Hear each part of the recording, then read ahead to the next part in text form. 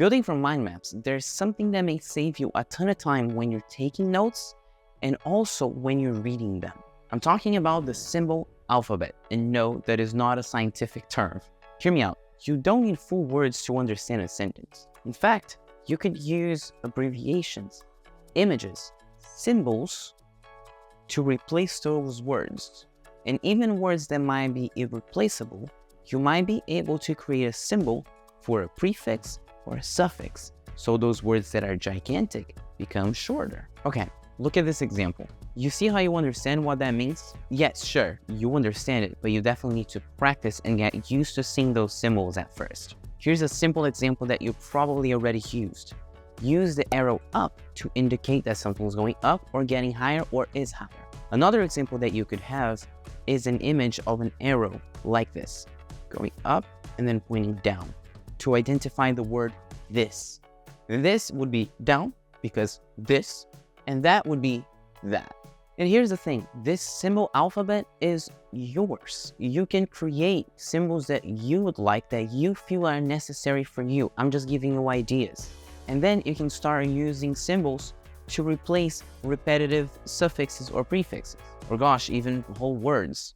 But if you don't want to take the time creating your own symbol alphabet and you would rather just learn one, I'm attaching one that I created in 2018 and I have been using it since then. The cool thing about it is that I use the same alphabet for both English and Portuguese. Here's why. Remember how I said we don't think in terms of words, but we think in terms of things? So the same idea for this and that can be the same thing in Portuguese. And this proves the point that we think in terms of concepts and not words themselves. Now, in that alphabet of symbols that I'm sending you, there are going to be some pretty straightforward ones that I use a lot, some of them that I don't even use anymore. So again, you're going to decide what works for you. But Luis, where am I going to use this again? Well, my suggestion is for you to use it whenever you're taking notes, particularly when you're listening to a class or a speech and you have to keep up with someone speaking something. Because if they speak too fast, you don't have time to write down the full word. And that's when you can start using those prefixes and suffixes to help you out.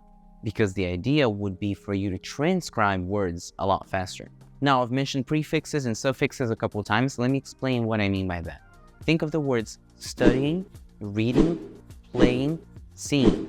All of them end in ing, correct? As opposed to using ing, what I decided instead is that I was going to use a squiggly line. You know, that one that goes above the word São Paulo, a city from Brazil. That's the idea. So whenever I have a word that I know it's going to have that ing at the end, I just change it. I don't write the ing. There's no reason to. It's the same thing. I just know that I'm replacing that ing for a symbol. That means ing. And then the final thing is whenever you're going through those notes, you just glimpse at them. And remember how you don't read full words? It's the same idea. You get the concept. You don't need to read the full word. So if you see study and this squiggly line, you just know the person is studying. You don't have to read the whole word studying. Before we end the video, let me give you a quick warning because this is fun. Doing this turns out to be a lot of fun. And you want to be careful because you don't want to overdo it.